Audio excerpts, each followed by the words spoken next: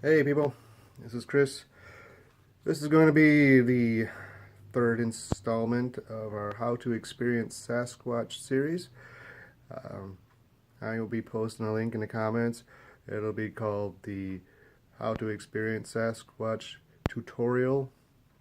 So, the first one we talked about finding a trail, looking for the signs of Sasquatch in the area, the bends and breaks and leans and things such as that.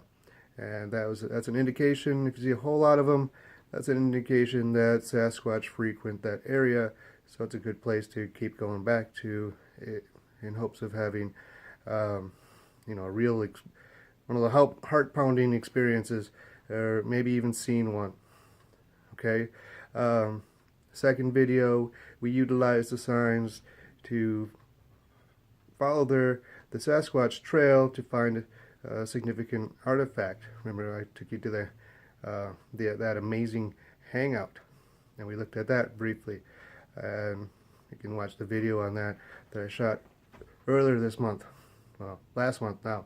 So, and when I shot the first video, I promised to show you the basic needs for doing a night hike. Because if you want to have a better chance of having a significant Sasquatch interaction experience, from sunset until like 2 or 3 in the morning are the best times. I don't know why, that seems to be the case. So, let's take a look at some gear. And remember, like I said, these are just how to experience Sasquatch. I'm not talking about how to do a whole lot of research or how to make awesome YouTube videos or anything like that. Just how to have the experience. And really, here's my little table I set up. And really, the only thing you need on a night hike is, well, essentially, main thing is yourself, but I recommend taking a flashlight. I grew up in such a situation. It's like we would take flashlights along just in case we need them for some reason. Even on night hikes, want to use your own night vision better. Let your eyes adjust. However, if you've done what we said and you found a good location where lots of Sasquatch signs, there's a very good possibility that you are going to experience something significant. And well, when that happens, when you have multiple Sasquatch on either side of you, trailing you, knocking, whooping, doing all kinds of things, it's nice to have a flashlight. And for no other reason than to make sure you stay on the trail, and it just makes you feel better. So that's one kind of flashlight. It's a little one.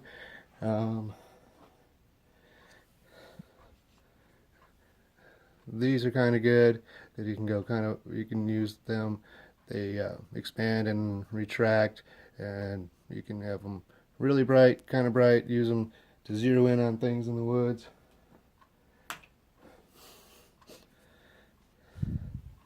Spotlight. All depends. These are just examples of flashlights that we have used on occasion. Here's a big one. These are actually, it's the big one. You'd think that would be the brightest, but not really. It's really good, but it is really good. These large ones out of Walmart, they're really good for especially shining the trail.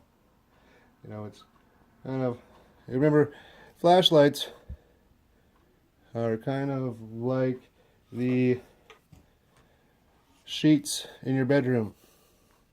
If when you're little, remember you thought there was a monster in your room, you cover yourself up in the sheets and you are perfectly safe.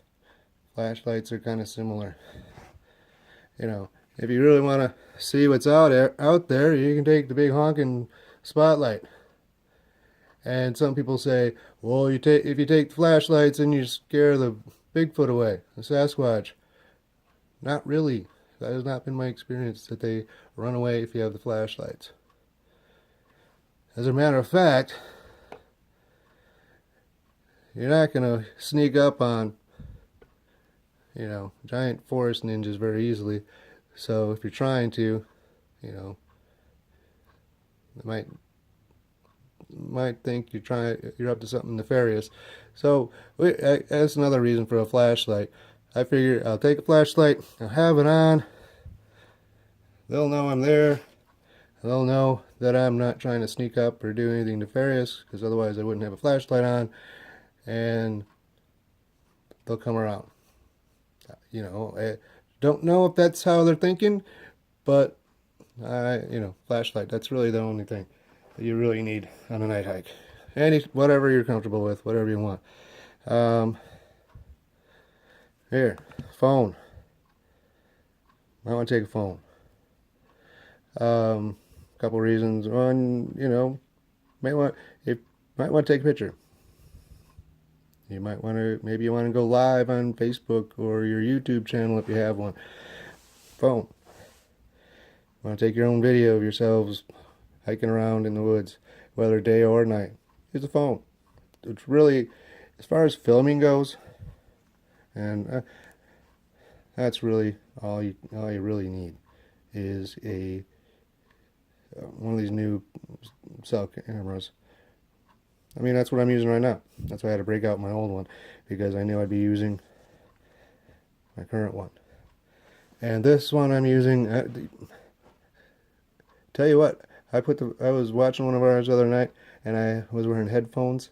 It has like surround sound. It was really cool. Karen's voice would kind of go around my head. It was neat. So you don't really need a lot of equipment. I always take two. That's the other thing. I always take a spare flashlight. I don't know what it is. I'm not claiming supernaturalness or messing with the electromagnetic field, or maybe it's just timing. But it always seems like when the action really heats up, one or more flashlight dies. So just take a spare. So that's it. If you go on a night hike, night investigation, take a flashlight and yourself. That's really all you need. If you want to do any filming of yourselves or anything around you, all you really need is a cell phone. Okay? So, hope that was informative. So remember, get out there, boots on the ground, look for the signs, and then keep going back.